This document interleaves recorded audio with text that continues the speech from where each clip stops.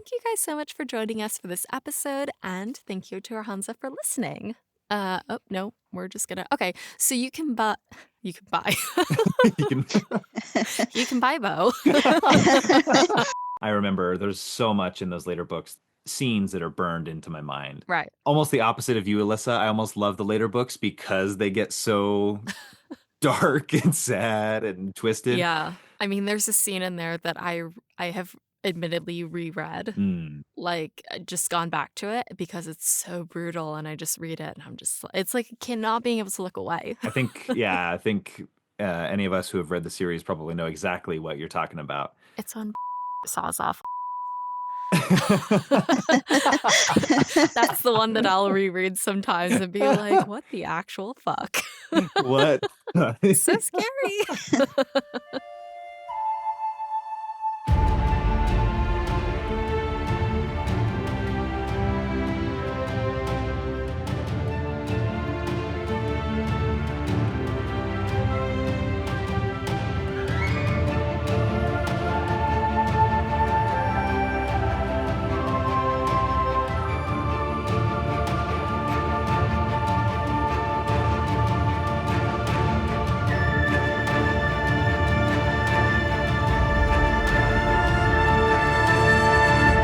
Hey guys, welcome to Breakfast in Beauclair, a Global Witcher podcast. My name is Alyssa from Good Morning, and I'll be your host as you, I, and our international Hansa accompany Geralt to Rivia and his destinies to relive Citra across the continent. I hope you guys had a lovely spring break. We went to Japan, which was really exciting. It was our first time going there. Really love Tokyo. So if you have any recommendations, or if you want to chat about film photography, which I got back into, feel free to hit me up in the Hansa Discord. Another announcement, I recently recorded a new episode of The Newest Olympian, which we happened to mention in this episode of Breakfast in Beauclair. So you'll hear me on chapters 46 and 47 of The Son of Neptune over on Mike Schubert's podcast, The Newest Olympian. Thank you so much to our patrons and our produce level patrons, Katie the Redhead Toussaint, Jacob B., Charlotte from Egberg Glamorai, The Original Roach, Libby, John Froblia, Tom from Australia, Jill Kate the Tabby Witch, Ollie from Sweden, James Carson III, Miriam of Tamaria, Softy, Lisa C., and Red Kite. If you would like to learn more about supporting Breakfast in Beauclair, visit patreon.com/breakfastinbeauclair.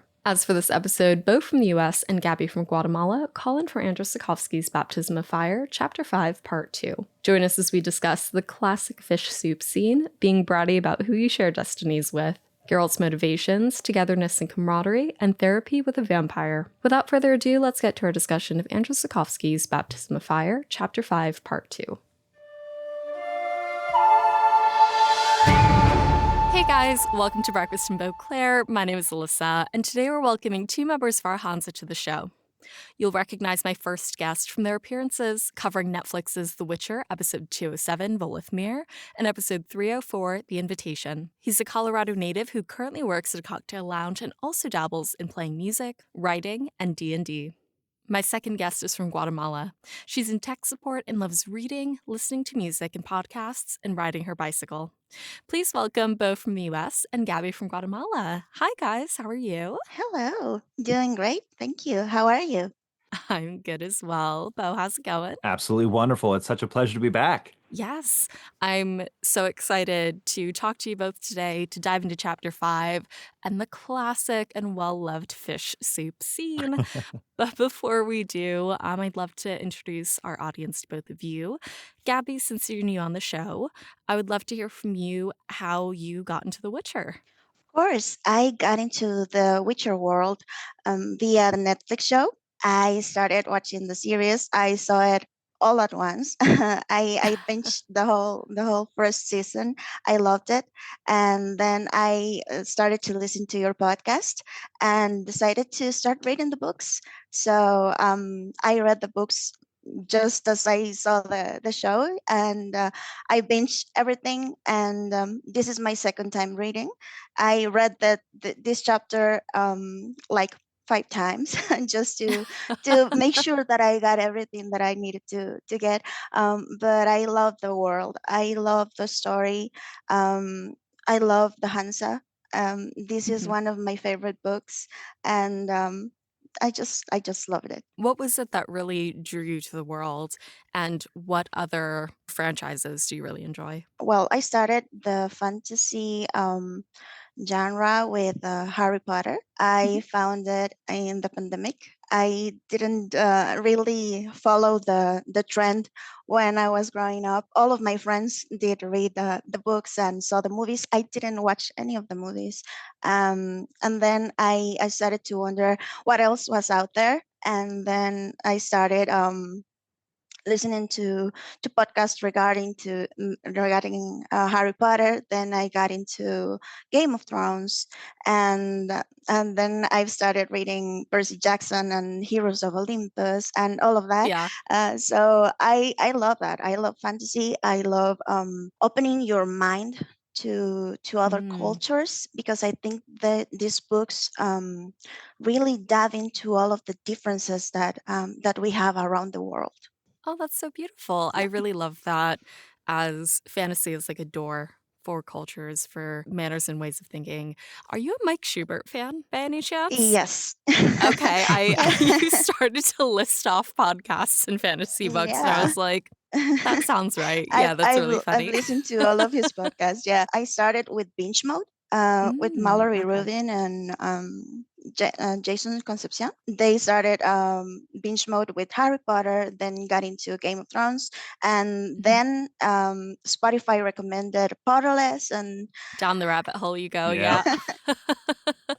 Bo, how are you? It's so lovely to see you. What have you been up to since you were last on the show? Yeah, likewise, Alyssa. I was trying to remember the last time. It's been about a year or so, maybe a little more, since we recorded the last episode. And so obviously life has been crazy and a lot of changes, a lot of beautiful things. For the moment, I would say one of the biggest surprises over the last year has been loving to write myself and writing stories and creating characters. D&D played a really big role in that. Just coming up with Yeah. characters' backstories kind of snowballed into one thing and led to another, and you start fleshing these characters out, and I realized how much I love that. So I've been trying to experiment with that a little bit and writing stories of my own. And so it's been really interesting to go back and read this book in particular, because The Witcher was the very first book series that I ever really got into. Before that, I never considered myself a reader. I always thought it was dull and boring. I never read when I was a kid. And finally, I got into The Witcher because of the video games, and then obviously that led to the books. And ever since then, it's just become a huge passion of mine, reading. And I never knew that I would be interested in writing myself until more recently. And so it's fun to go back to basically the inspiration for it all with Sapkowski, and to sort of analyze his writing a little bit and to try and understand what exactly it was that got me into reading in the first place. But yes, life has been amazing since we last talked, and I hope the same is true for both of you as well. Yeah. Oh, I love that. That's really beautiful. I'm excited to see how your new lens colors like our discussion today. Yeah, On the subject, though, what kind of genres are you currently dabbling in? I assume D&D there could be a fantasy element, but is that prevalent in your own writing? very fantasy driven. A lot of the stories that I write, the inspiration comes from D&D, so they all kind of take place in that world. But I would love to really start expanding a little bit. Like Stephen King, I would say, is my overall favorite author of all time, Wow. and he's an amazing example of someone who is able to dip a toe into a lot of different genres and pull them off incredibly well. So I would love to explore that a little bit and try on different hats and see which one fits the best. But so far, fantasy has been the genre that I feel most at home with, and it feels like it's Yeah. like a cozy blanket Yeah. anytime. Oh, wonderful. Well, I'm excited to continue watching your journey as a writer. I'm sure you'll be on many more episodes of the podcast, and we'll have more, many more updates in the future to give us as well. The yearly update. Yes. I feel like I'm getting really great check-ins from people year over year to just be like, how's your life going? Yeah, it's such a beautiful thing. It's really awesome. Yeah. I feel very, very fortunate to have that here in the podcast. And on that warm and cozy note, as we're talking about camaraderie and we're talking about a community, today we'll continue our discussion of Andrzej Sapkowski's Baptism of Fire with Chapter 5, in which Faltiarna unravels Thanos' betrayals while Nilfgaardian sorceresses scheme. Regis, Milva, and Cahir help Geralt and Dandelion escape, but are quickly ambushed by Nilfgaard. Regis reveals his true nature, and the company makes fish soup. Here's a quick synopsis of the chapter from future Alyssa. In Chapter 5 of Baptism of Fire, the chaos from Nilfgaard's attack on the refugee camp continues, but this time we see it through Milva's perspective. Amidst the chaos, peasants steal the group's horses and belongings. Milva hunts them down alone and is saved by Gahir, who still insists that he's not a Nilfgaardian. Meanwhile, Isegrim Faltiarna, the commander of the Scoia'tael, interrogates a Nilfgaardian spy. The spy, claiming allegiance to Vadir de Redu, details orders to capture Faltiarna to uncover the whereabouts of Vilgefortz, Rince, and Gahir. The spy confirms that the princess presented at the court is a fraud, adding layers of intrigue about Nilfgaard's internal politics and how the Empire's plans have gone awry. Gahir recounts these events to Milva, explaining that Geralt is heading in the wrong direction. The kidnappers did not take Ciri to Nilfgaard.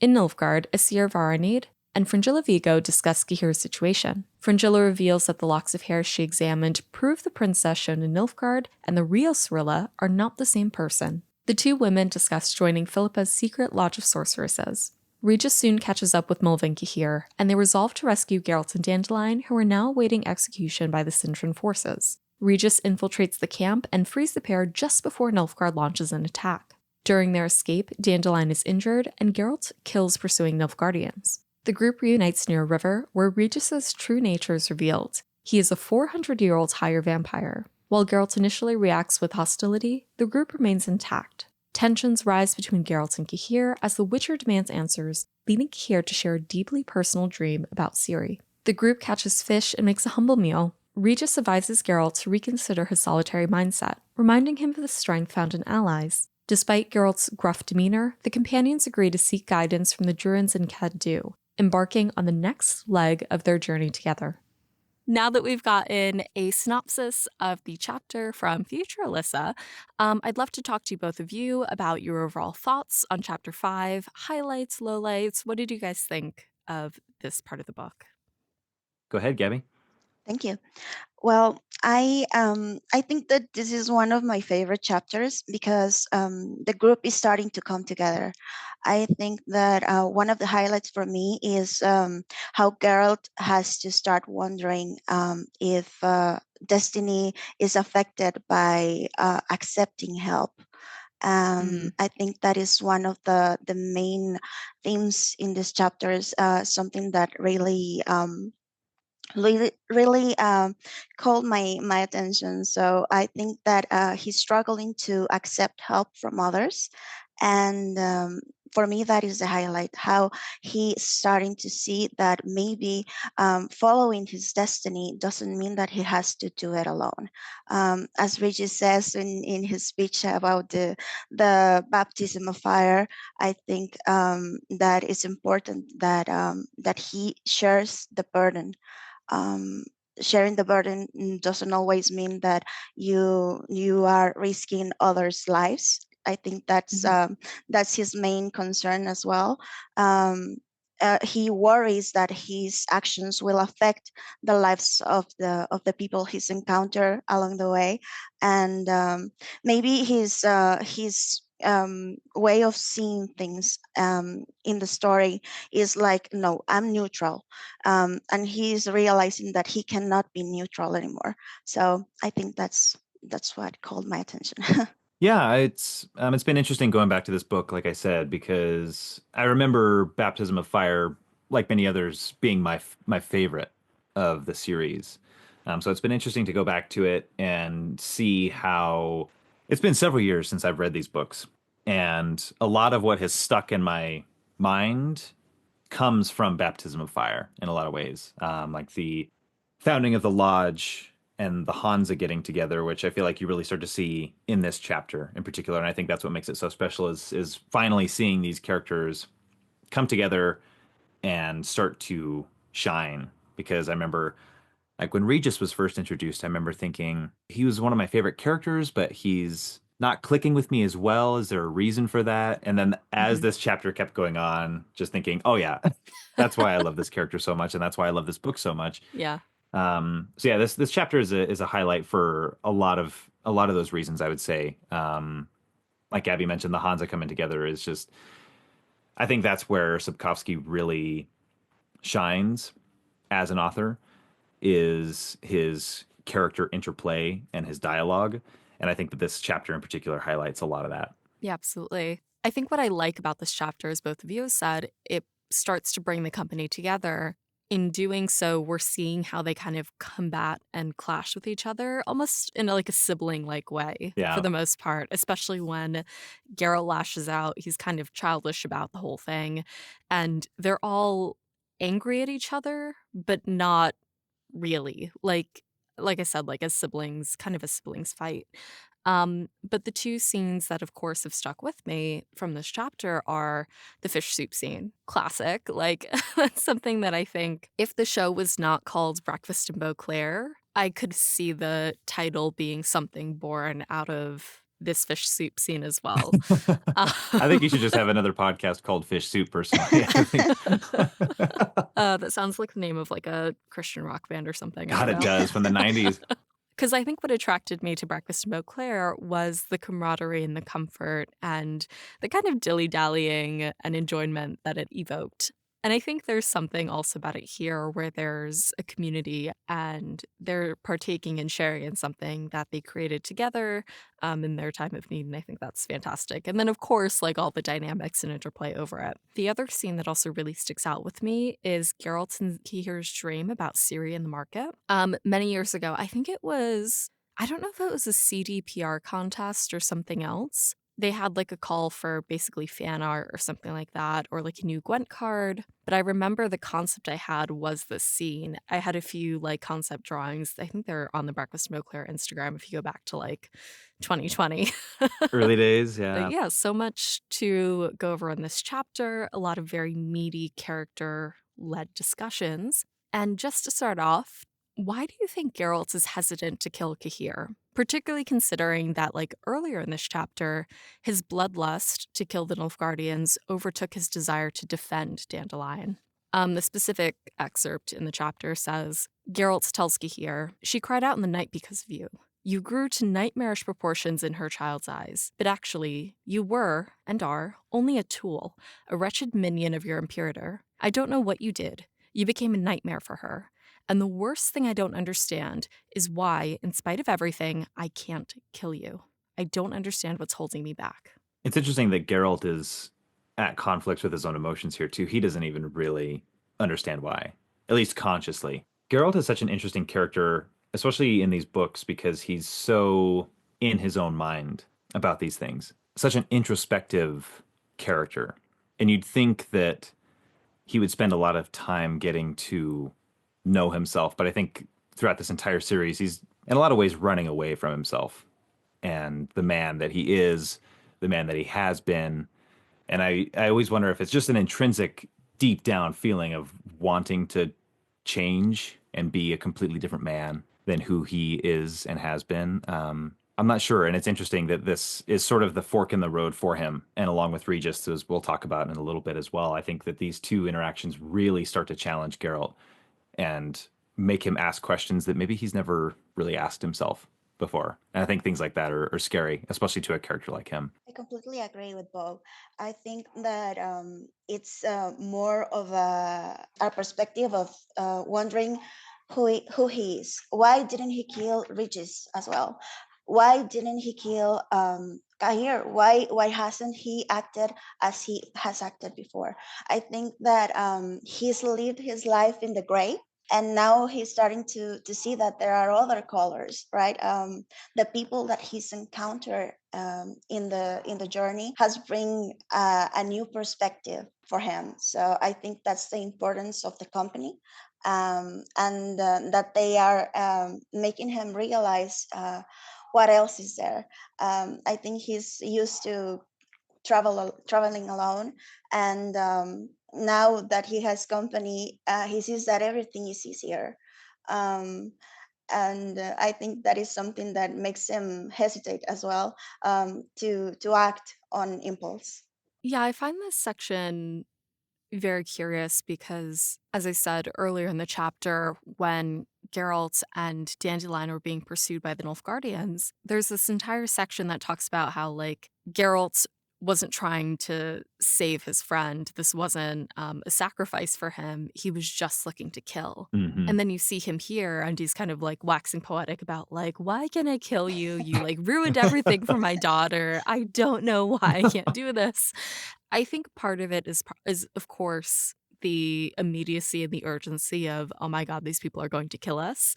And that is probably part of what happened in that little skirmish with the Nilfgaardians.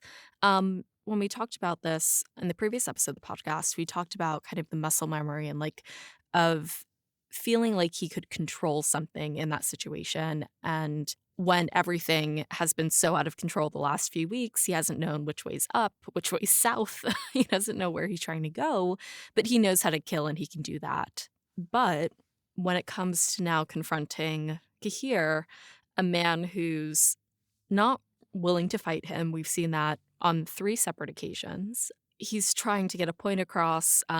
He could potentially be useful to Geralt because he could have information. He could know where Ciri is. That's kind of a little Schrodinger's box of information at the moment. But I do think that there is some sort of humanity in Geralt that I think the last time he saw him, he was like, this is just a kid.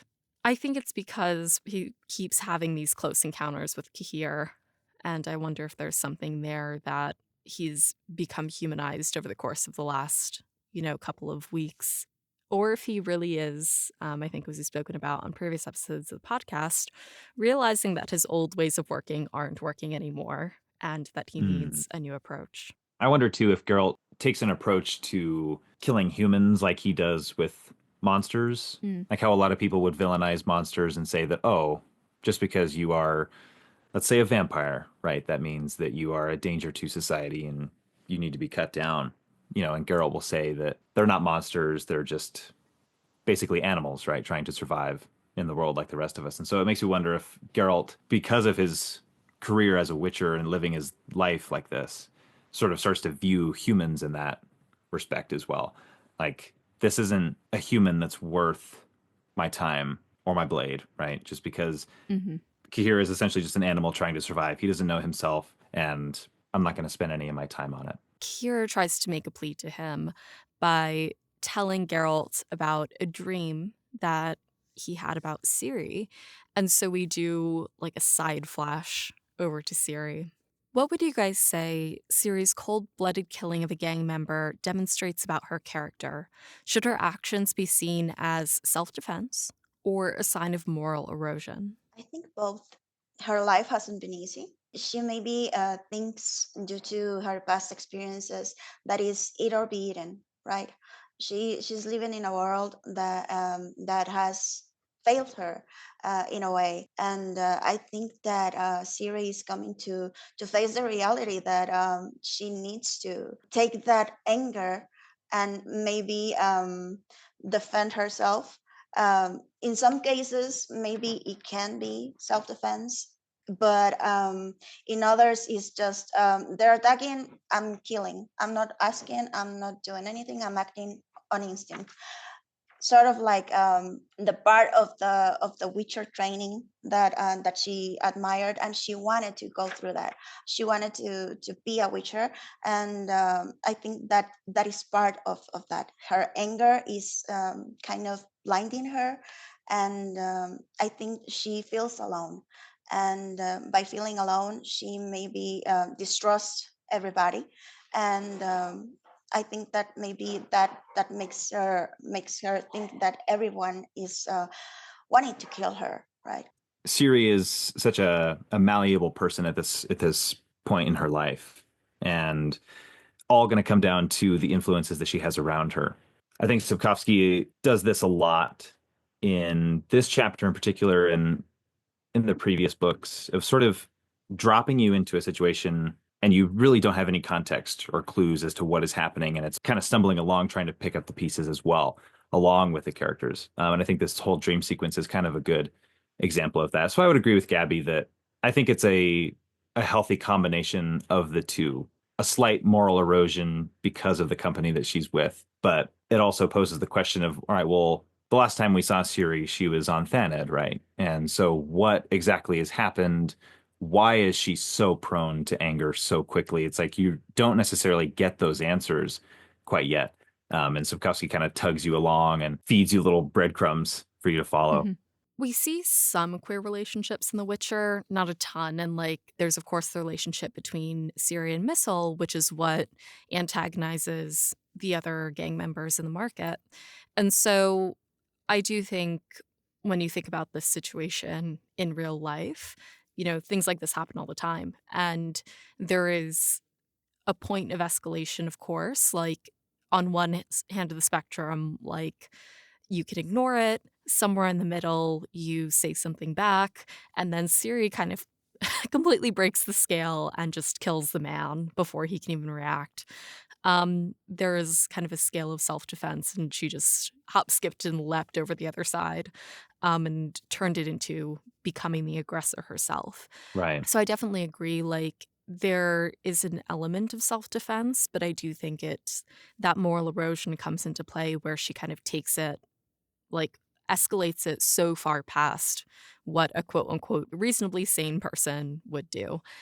Um, and so I do agree, though, that's probably a combination of one, the skills that she was given at Kaer Morhen with the company she's keeping right now, and how that company is influencing her to use those skills. Definitely a shift in her character, but I think says a lot about the potential of who she is becoming, for better or for worse, I think. Absolutely.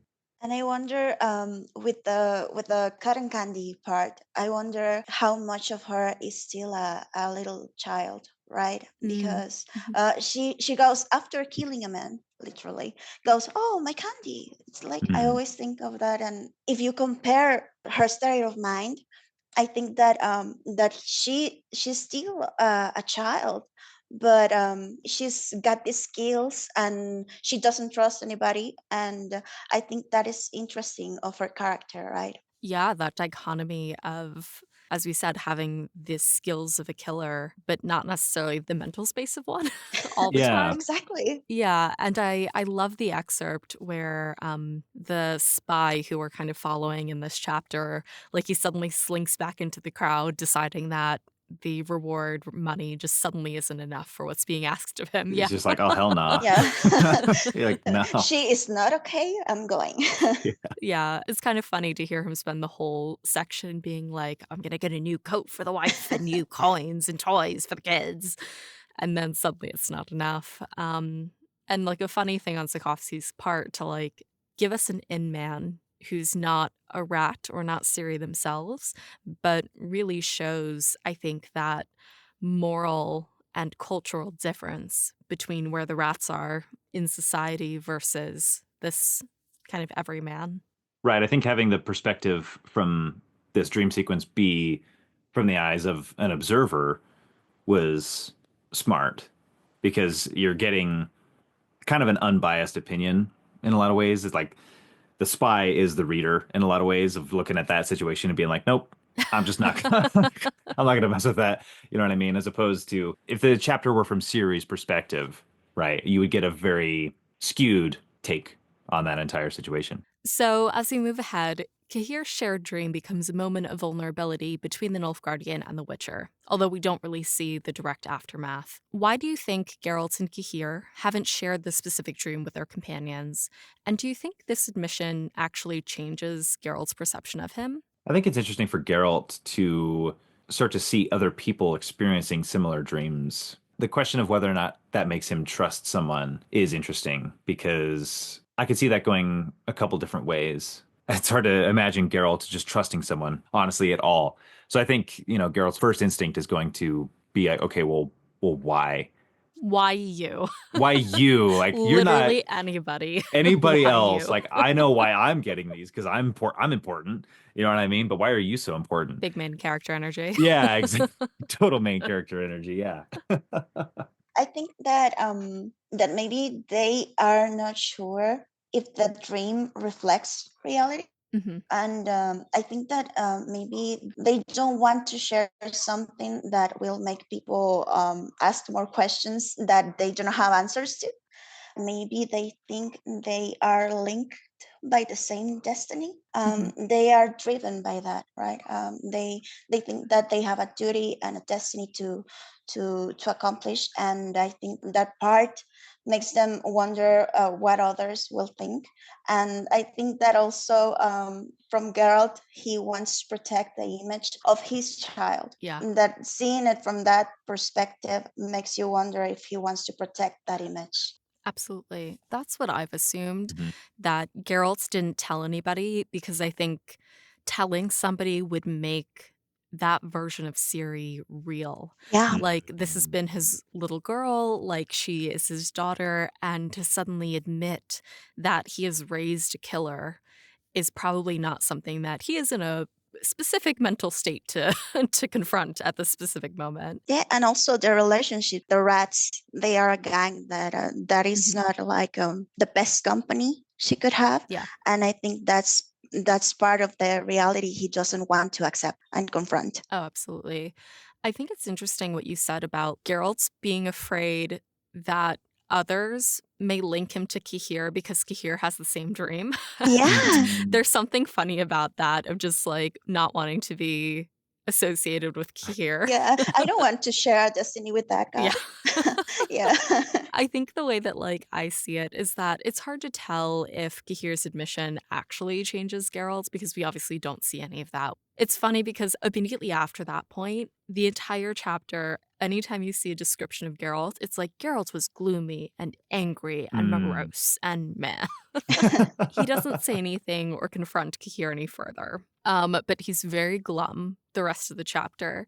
So we don't really know what happened between them, but it's interesting to hear that Cahir's motivations are probably a lot closer to Geralt's than at least Geralt has assumed. Like, he's assumed that Cahir is tracking him in order to get to Ciri, and Cahir's quite animate that it's something that they're sharing. And I think we'll talk about it a little bit later when we talk about selfishness and sharing a burden. But there's something out of Geralt's hands where, as we're talking about the idea of like being burdened with this quest, um, suddenly he's forced to share that because somebody else has the same dream and they're burdened with this imagery as well. So that's kind of out of both of their controls, but now this is something that they share. Very funny, I think, on all accounts, but a very terrifying dream to have about your kid. It is. And I think this scene in particular made me realize one of my favorite elements of storytelling. I mentioned earlier that Stephen King is one of my favorite authors, if not my favorite author. And his Dark Tower series is probably my favorite fantasy series of all time. It's fantastic. If you haven't gotten the chance to read it, it's trippy, it's wild. You will go on a ride like no other. But in that series, there's a similar theme of a pull of destiny, all these characters linked sort of intrinsically by and what that universe is called Ka, and how all of these characters have come from completely different places, but ultimately are all on the same path. And I think that Witcher kind of taps into that similar feeling as well. And I love that sense. There's something about the feeling that there are external forces at play here, and what they are exactly you don't necessarily understand, and the author doesn't even have to really go into it, and that's what makes it so interesting. It's like just the forces of the universe. Mhm. You are talking about destiny here, linking these characters together. Geralt and Cahir having the same dream, it's almost this unnerving kind of feeling that it evokes in me, at least. Like, how are we tied together, and why are our paths heading in the same direction? As soon as Geralt starts to see that, it trips a wire in his brain to the point that he doesn't know how to take it. You know what I mean? Like I said, it's kind of just a long spiel to kind of talk about how that element that Sapkowski is bringing in here, the element of destiny and fates being interwoven, is one of my favorites. And it's also it's such an easy cane to lean on for authors. I feel like sort of at a meta level to just say, oh yeah, all these characters came together for this reason. But for some reason, it always works for me. is one of my favorites, even though it can be kind of cheesy and you can see the author just kind of winking at you like, it happens because destiny, Yeah. you know, It's magic. it's magic. Yeah. If we take a shot every time the word destiny is said, Oh, we wow. won't finish the podcast. Be asleep with a book in your hand. That's Yeah. an ideal evening. It is, yeah. So looking ahead, should Geralt and the group accept Regis, knowing he's a higher vampire? This is one of like the biggest reveals since we first met Regis a couple of chapters ago. Yeah. And how does this reveal challenge the company's beliefs, both about Regis and about vampires? And do you guys think his past or his nature makes him a greater liability than an asset? The answer to that question is, yeah, the Hansa should take Regis in because he's just a cool guy. You know what I mean? He's just a fun fellow. Just come in on vibe points alone. He's really coasted on vibe points. Yeah. Yeah. I think that yes, I'm on Regis camp. Regis is one of my favorites. I think he brings a lot to the group. He is wise. He knows how to heal. He has all the years of life. I think he has proven that he is not there to go on a party and drink all the blood, right? I think that he is proven that he has something to offer, and I love Bridges. I think the Hansa should welcome him with open arms, and I think they do. I think that the most reluctant one is Geralt, and Yep. the most frightened is Jaskier or Dandelion, right? So I think that Milva is more open-minded. I think she welcomes Kahir and Regis without asking any questions or just beyond the um, are your intentions good? Okay, cool. And Yeah. Milva is super cool for that. Yeah. So yeah. Yeah. Yeah. I think I'm one of the outliers where I didn't get around to playing the Witcher 3 DLCs. So what I Mm. knew about Regis was through the books. And so the reveal of him being a vampire was new to me. Made sense as I was reading it, but I was like, oh damn. I was actually going to ask you guys and any listeners watching that read this for the first time without playing Blood and Wine or anything like that, if the reveal was a surprise or if Sapkowski had laid out enough hints that you were able to kind of figure like something's weird with this guy, or I'd be curious. Like Alyssa, you said that it was kind of a surprise to you, right? I mean, in a way, it's obviously been many years and many reads Yeah. over since I first read this. I think I read this maybe back in 2016, 2017. So it's been a while since Probably I when I read read this it book as for the well first around that time. similar time. Yeah. Yeah, just after The Witcher 3 came out is when I read the books, but I didn't get a chance to play the DLCs. Sapkowski is heavy-handed with his foreshadowing. Yeah. So you spend like part of chapter 3 where they first go to the cemetery being like, maybe there's ghouls, maybe there's vampires. And then a lot of chapter 4. I think the introduction for chapter 4 is literally it's just Hmm. folk tales about vampires, and then you have all the additional stuff about vampires and stories and superstitions as the peasants are looking for one. So it kind of all clicks into place when you're reading. Um, but the fact that Regis is one, like, I think that's a really nice reveal because as he does with a lot of other fantasy and storytelling tropes, like he turns it on his head. We learn that it's not a thing he has to eat. Like he doesn't have to eat blood. He drinks blood because he likes to get turned up sometimes. And he had a problem. He's And an so addict, so yeah, so it's very so even though like the reveal is there, it's undermined by like in a Sapkowskian sort of way, which is fun. So yeah. yeah. I found it funny when he started describing how Geralt sensed his smell. He started to describe the smells of cloves and other herbs and things like that. And I think that that's when I knew that he wasn't normal because Geralt has this thing that he can sense monsters. And I thought, oh, maybe he is not no, not what he seems. Right. So I think that is it's a bit funny to look back to those chapters and see, oh, that is why, because he was trying to cover the smell of vampire. Yeah. Mhm. He's very chill though, and it does seem like he's obviously he's like almost 500 years old, but he feels older in like a I can't be bothered sort of way. Yeah, In he's like just a way that can be trusted, and yeah, so like it does feel like he's an asset rather than a liability. It doesn't feel like he's likely to fly off the handle or suddenly go on a bender, while he's wrapping up Dandelion, just suddenly bite into him out of temptation. It feels like this isn't his first rodeo and he knows how to control himself and he's just kind of chilling and living. And yeah, so it's like in the meantime, why not keep him around? the idea of a sober vampire has always tickled me. I've Yeah. always thought that was such a funny character concept. Brings me back to my beloved first D&D character, Gertie, who was a cleric dragonborn who aspired to be a vegetarian but struggled with it. I loved her. She was great.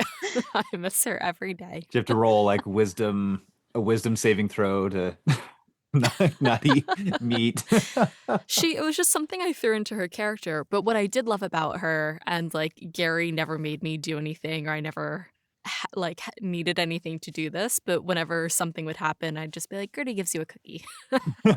And she would just I don't know where she got them from. I don't know what they were, but she just always had cookies on her. I miss Jandy. So much camaraderie in this, in this discussion. Geralt, throughout this book, and particularly this half of Chapter 5, repeatedly tries to push his companions away, believing his quest is far too dangerous for them. Do you guys think his protectiveness is selfish or selfless? I think that it's coming from a place of selfness. I think that he wants to protect through the journey, Geralt's journey. I think that is super interesting because you see how he is changing through all of the stories that you hear from him. You see the change, and now he thinks that this is something that he needs to do alone. Regis reminds him, right? This is something that he has to do on his own because Siri is his destiny. Like that is his mindset. I think that he doesn't want to risk everybody's lives, and not because he cares about them in a deeper level. I think he is coming to accept the group that he's with, but I think that maybe he's seen what happens when people is with him, like Jennifer, like Siri, like all of the people that he's left behind, right? And I think that he wants to go alone because it's easier for him. It's what he knows, and what has worked for him. I think that now he's seen that things might work differently if he has company. I think that also he feels responsible for taking care of them. If they accompany him, because it's something that he wants to do. He wants to go find Siri. He thinks that the others don't even know her, and why would they come, right? I think that it's more selfless than selfish. Interesting. Bo, what do you think? Yeah, I would agree with most of what Gabby said there. It feels like you said Geralt is very scared of letting people in, and the idea of seeing himself change in that way probably scares him a little bit. And so it's so easy to just go back to the known, to the comfortable, to the safe, even though it might crush you inside, right? It's what you know, and it's just easier that way. And I think that's why Geralt has always been one of my favorite characters, because of that very reason and that struggle that he goes through in this book. And I'd be curious as well, maybe to pose to you guys, if this were Geralt from, say, one of the stories in Last Wish or sort of Destiny times, if he would be, I mean, he's not necessarily accepting of it now, right? But if he would be even less accepting of bringing people into his life now than he is at this stage in his life. Yeah. So a few days ago, Andrzej Sapkowski's new book, news about it was revealed, and like, so it's about the Crossroads of Ravens, and the description includes like Geralt as a teenager helping unhappy couples and innocent virgins, and like part of me is just like, yeah, he's less. He would accept tons of help from innocent virgins in the Last Wish, and less so from the companions he is now. Wow. Um, Oh. it's funny because, like, I have the same reasoning as you guys, but I came to a different conclusion, to the opposite conclusion, Mm.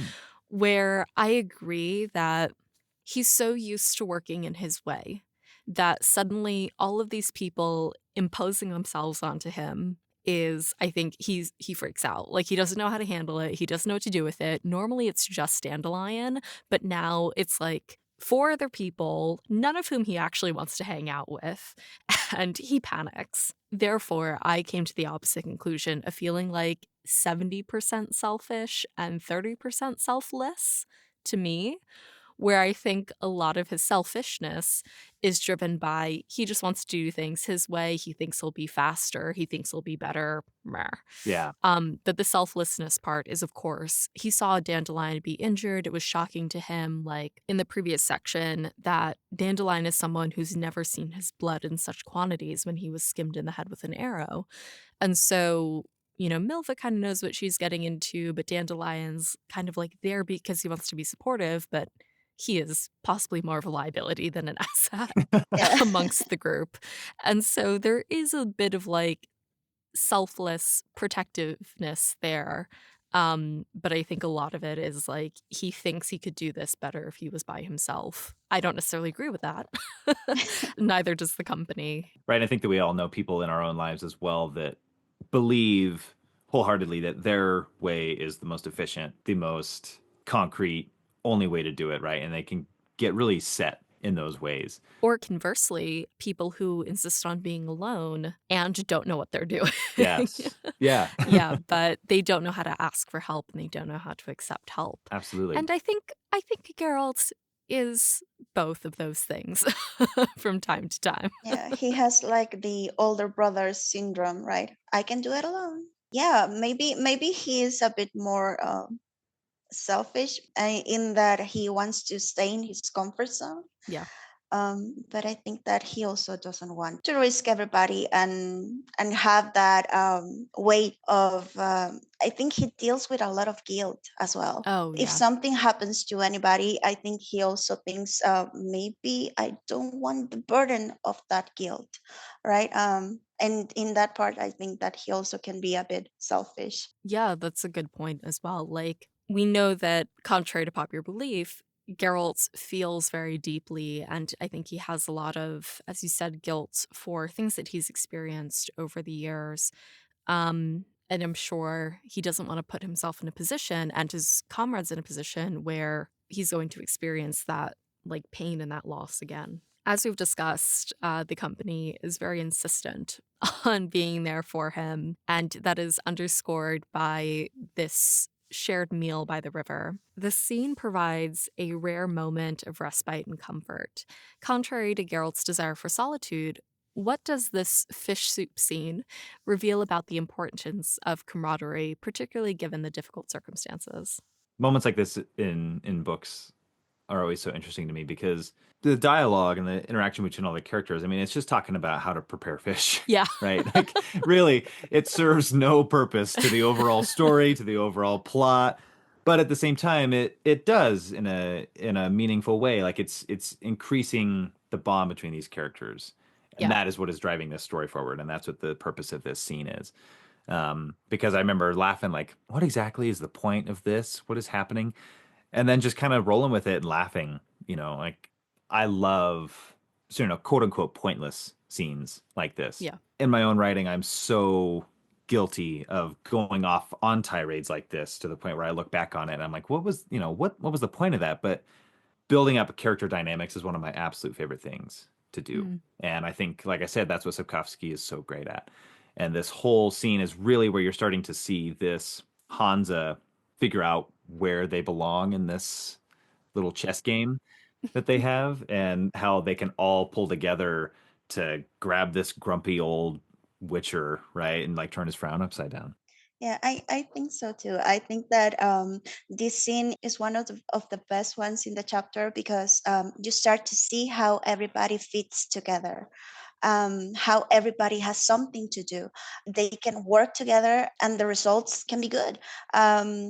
It doesn't mean that everything is going to be easy because at first you can see the metaphor, right? Like the soup is like not enough with what they had, but then Kahir comes with a bigger fish, and you see how everybody has something to give. And I think that the story might be considered side story or something that is not important, but we start to see how everybody brings something different to this journey.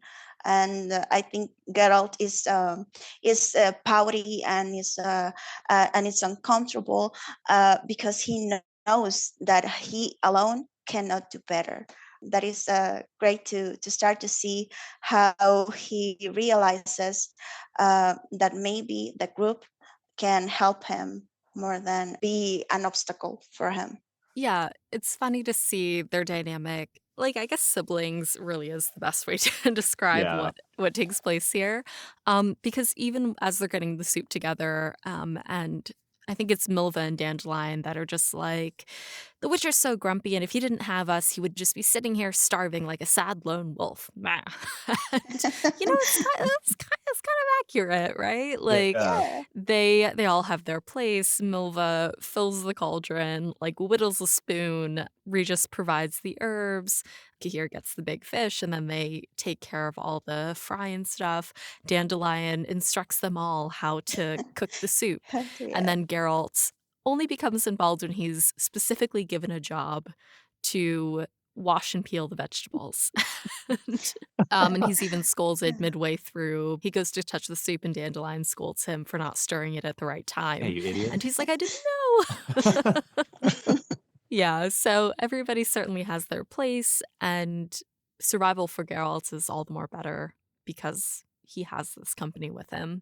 And I think like the importance of camaraderie and specifically this company really is filling in the gaps of skills and of knowledge where um Geralt doesn't necessarily have that when it comes to where they should go next, like pursuing the druids at K-Do, like Regis brings that information. Everybody else helps him eat.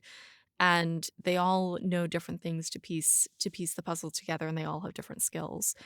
So they're a really great party to Mhm. like put that into D&D terms. They're a very well-rounded party. Yeah, that scene between Dandelion and Geralt cracked me up. It's like, paraphrasing, but Dandelion's, like you said, Alyssa, just like peel these potatoes, you pouty little asshole. You know what I mean? Like Yeah. do something. Like, And geez. that's exactly what Geralt does. He Yeah. loves little instructions, and he's doing it as he's told. Yeah. And it's a great scene, as we've all spoken about, for character building, because I think one of the things Sapkowski does well is we learn more about the characters in the world through dialogue rather than through exposition. So we're building their relationships as the scene is happening, and we're seeing their dynamic. And what a silly way to do it, but as we said, it's a classic. Yeah, it's interesting to look at it because, you asking these questions, Alyssa, it highlights that, I think, of Sapkowski's writing, exactly like you said. I think if you just read this on a very surface level, you could skim through so much of this. But if you take a second and really analyze why these characters are acting the way that they are, why they're saying these things, there is a much deeper story that Sapkowski never really tells you. It's kind of the beauty of it. You can fill in these gaps yourself. You can come to these conclusions, and even if you don't agree or you come to a different idea, that's the whole point of it. You're kind of filling in your own little story, your own backstory. Why does Geralt feel this way? Sapkowski's not going to tell you. You can do that yourself. So, as we come to the close of it, though, I've got one final question for you both. It's a bit of a doozy. Mm. But it is, of course, about the idea of a baptism of fire, the title of this book, and a theme and idea that comes up a couple of times here. So, there are two quotes that I pulled that either reference imagery of fire or directly say baptism of fire. And the first is when Cahir and Milva are talking. Earlier in the chapter, Milva says, "Tell me, Cahir, when did you meet Ciri?" Cahir responds, "For the first time? 3 years ago, during the fight for Sintra. I got her out of the city. I found her, beset by fire. I rode through the fire, through flame and smoke, holding her in my arms, and she was like a flame herself. And you can't hold a flame in your hands." Later in the chapter, Regis, talking to Geralt, says, "Advice is superfluous to you. Allies are superfluous. You'll get by without any traveling companions. The goal of your expedition is, after all, personal and private. More than that, the nature of the goal demands that you accomplish it alone, in person. The risks, dangers, hardship, and constant struggle with doubt must only burden you. For, after all, they're components of the penance, the expiation of guilt you want to earn. A baptism fire, I'd say. You'd pass through the fire, which burns, but also purges. And you'll do it alone. For if someone were to support you in this, help you, take on even a scrap of that baptism of fire, that pain, that penance, they would, by the same token, impoverish you. They would deprive you of part of the expiation you desire, which would be owed to them for their involvement. After all, it should be your exclusive expiation. Only you have a debt to pay off, and you don't want to run up debts with other creditors at the same time. Is my logic correct?" Geralt responds, "Surprisingly so, considering you're sober. Your presence annoys me, vampire. Leave me alone with my expiation, please, and with my debt." And Regis responds, "As you wish. Sit and think. But I will give you some advice anyway.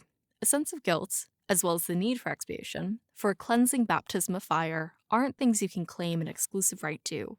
Life differs from banking because it has debts which are paid off by running up debts with others." Lots to go through here. But how would you guys interpret these quotes, and how do they support the book's theme and title? Well, I think that it's a beautiful picture that Regis paints. I think that how he compares the purification and the pain of accomplishing that purification, right? I think that that Geralt, in some point, has wondered why does he have to go through all of this? Why, if she is his destiny, why can't he be with her? Why can't he protect her? I think that it's important to take that imagery and see how everything in the story is it's them going through the baptism of fire, right? They are going through the process of expiation, purification, and the sacrifices that everybody has to go through. And I think that Regis, when he says to Geralt that he doesn't have to do it alone, because that doesn't make the sacrifices, the pain less, but it makes it easier to go through. I think that is what I take from that conversation. It seems to me like Regis would make an absolutely phenomenal therapist. Or he'd be very know-it-all about it. He'd be very know-it-all. I mean, he just like dials in on Geralt so hard in this scene, and it's so funny. Everything done in one session. Yeah. Geralt is a one and done kind of therapy guy. He's like, "Yep, I'm good. I'm all trauma healed. Thank you very much." Yeah. I think that it helps you as well to be more introspective and realize how you can reflect on your own life through these pages, right? I think that is really, really cool to have that in a book. Absolutely. Well, that's one of my favorite parts about just media in general, is how so many things like this can help honestly change your life and make it for the better and help you understand you as a human being so much better, which you would never get, you would never expect from just a quote unquote silly fantasy book. You know what I mean? All of these deeper themes really do help bring about a sense of peace in people. And I think that's so beautiful. Another one of my favorite quotes from Regis here is when he says to Geralt that being in motion is everything. The goal is nothing. And I think that that is another good example of why Geralt needs to go through this baptism as well. And I mean, Regis kind of clarifies a little bit. He's like, well, Ciri isn't nothing, and he kind of tries to backpedal. But I think what he's getting at there is very true to Geralt.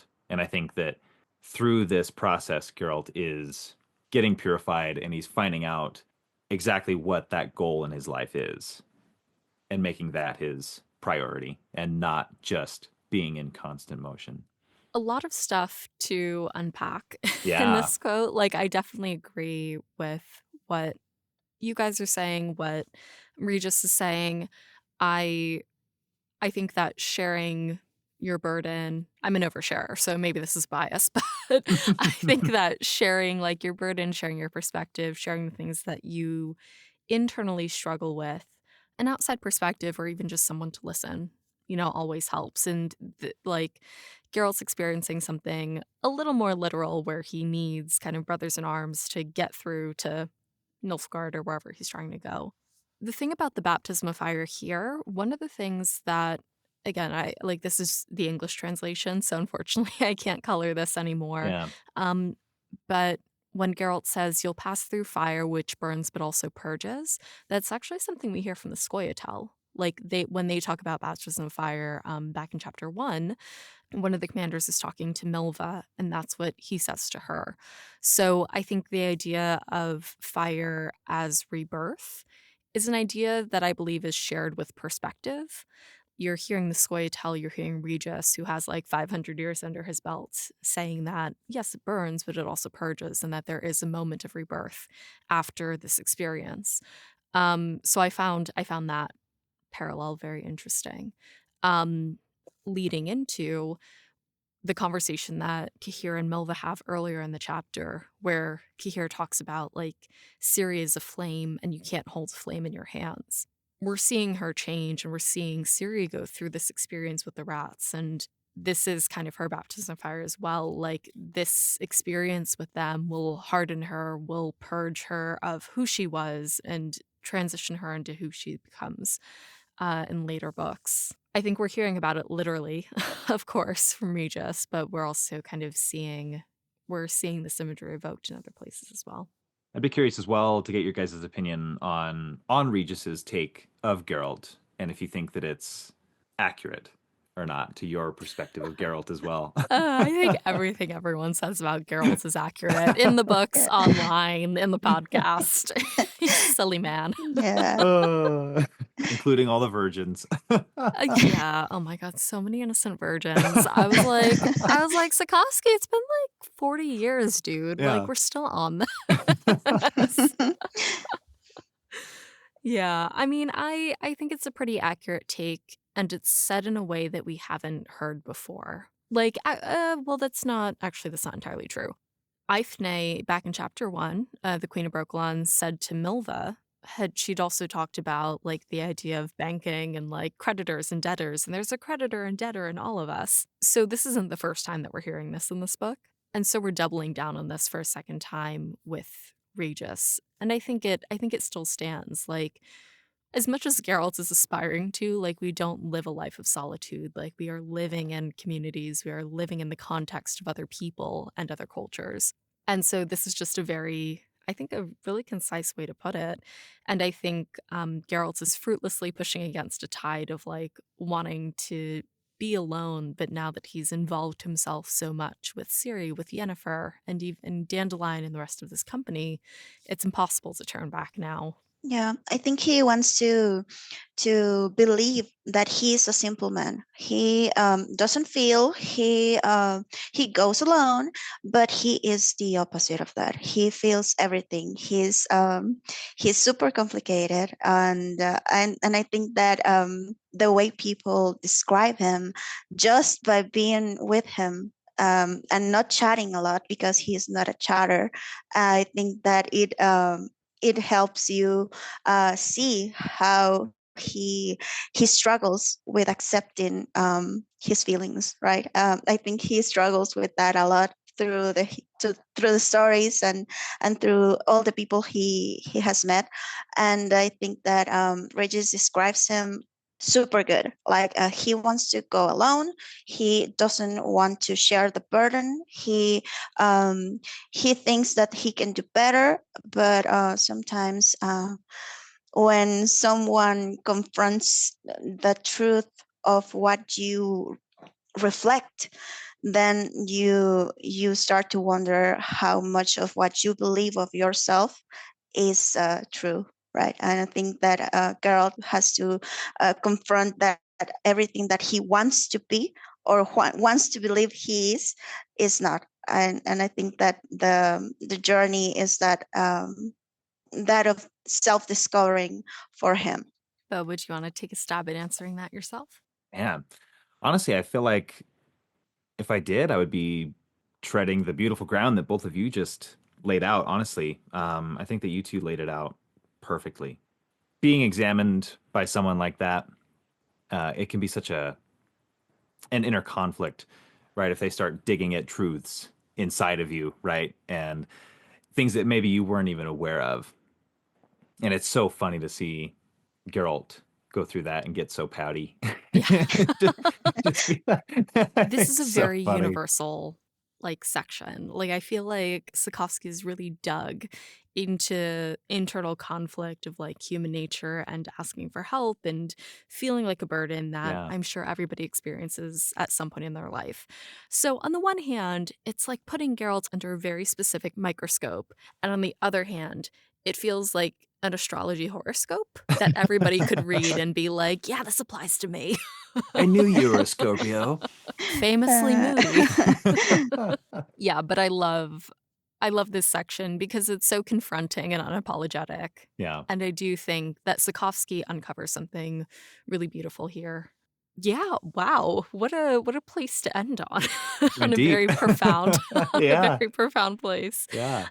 This does bring us to the end of our discussion questions and the end of our chapter. And as we close, do you guys have any final thoughts on Baptism of Fire, Chapter 5? I'd be curious to get your guys' take. Alyssa, I'm sure you've talked about this before, but I'd be curious, Hmm. what were both of your favorite books in the series overall, would you Baptism say? of Fire. Baptism of Fire for you? Yeah. Same for you, Gabby? Yeah, same for me. I think that is the book that that starts the meaty part of the story. Hmm. I think that I got hooked with the short stories, but the previous book was a little bit slower, or I felt it slower. And then in Baptism of Fire, I started to understand better the character of Geralt and how he was linked to everybody else, even though he didn't want to. So I think that he's really the reluctant hero of this journey, and I think that is always a great thing to explore. And all the people that is introduced in this book are the ones that I love the most as characters. I love Milva and what she represents, Regis, Dandelion, and the other people that comes later. So I think that this is a great place to start the story that in the end brings us to what The Witcher is. Absolutely. I definitely agree. I think one of the reasons why I love this book so much, my attention is very drawn to the last half of the saga. And it's that way with a lot of series, including like Percy Jackson and like Harry Potter and everything else. Like, I love the endings. Yeah. So Baptism of Fire, Tower of Swallows, Lady of the Lake, that's my jam. But I think I love Baptism of Fire because it has all of the fun and not as much scary, angry things as the Yeah. other two books. So you're getting the band back together. You're getting the band together. There are stakes, there are conflicts and skirmishes and danger, but I think it's more fun.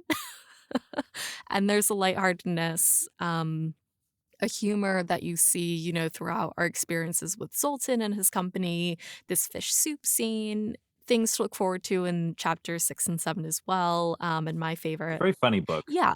And I think it strikes the right balance, at least for me personally, like to my personal taste, of the danger and the humor. So that's why I like it. Bo, what about you? What did you experience and feel on a reread of Baptism of Fire and of this chapter? Honestly, a lot of nostalgia.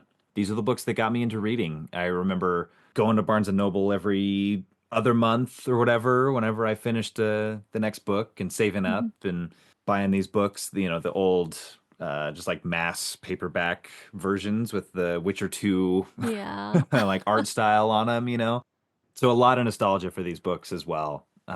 It's been so fun to come back and revisit them. I think to see where they all kind of fall in the rankings. I remember the first time around, I remember hating Time of Contempt. I thought that book Yeah. was so slow and it just didn't click with me. I mean, I was, a younger kid dealing with like politicking and a lot of backdoor backstabbing, and I just didn't Yeah. find it as interesting. But on a reread, I loved Time of Contempt, and it Hmm. really clicked with me. Whereas a book like Blood of Elves really fell down the ladder of enjoyment for Mm. me, and kind of how all of these books have kind of shifted around. And the short stories I still think are among my absolute favorites. They'll always have a soft spot in my heart. Coming back to this book, I'm so excited to finish out the series. I can't definitively say that Baptism of Fire is still my favorite book. Hmm. I'm loving going through it again, but I do need to finish the series before I can fully commit to that again. I remember there's so much in those later books, scenes that are burned into my mind. But for the time being, to enjoy this book in its more sort of whimsical, it still has some of the fairy tale elements that I think the short stories Mm. incorporated. I think the Baptism of Fire has a little bit of that still ingrained, whereas the later books start to get more serious and more dire. Yeah. So it's fun to just still kind of enjoy the romp and see the build up. Yeah. And that'll take us to the end of our episode and to the end of our discussion. So that is it for our show today. Bo, Gabby, thank you guys so much for joining us for this episode, and thank you to our Hansa for listening. So you can find Bo in the Hansa Discord at bit.ly/the Hansa Discord. And next episode, join us as we continue our discussion with Andrzej Sapkowski's Baptism of Fire, Chapter 6. Thanks for joining us at the breakfast table. For show notes, transcripts of each episode, and complete lists to our social platforms and listening services, head over to breakfastandbeauclair.com. Breakfast and Beauclair is created by Alyssa from Good Morn. It's hosted by Alyssa. The show is edited by Alyssa with music by Alex Berner. Breakfast and Beauclair is produced by Alyssa in New York City with Katie the Redhead of Toussaint, Jacob B., Charlotte from Egbert Glamorai, the original Roach, Libby, John of Verblia, Tom from Australia, Jill Kate the Tabby Witch, Ollie from Sweden, James Carson III, Miriam of Temeria, Softy, Lisa C., and Red Kite. Special thanks to Bo and Gabby for joining us for this episode, and our International Hansa for their support.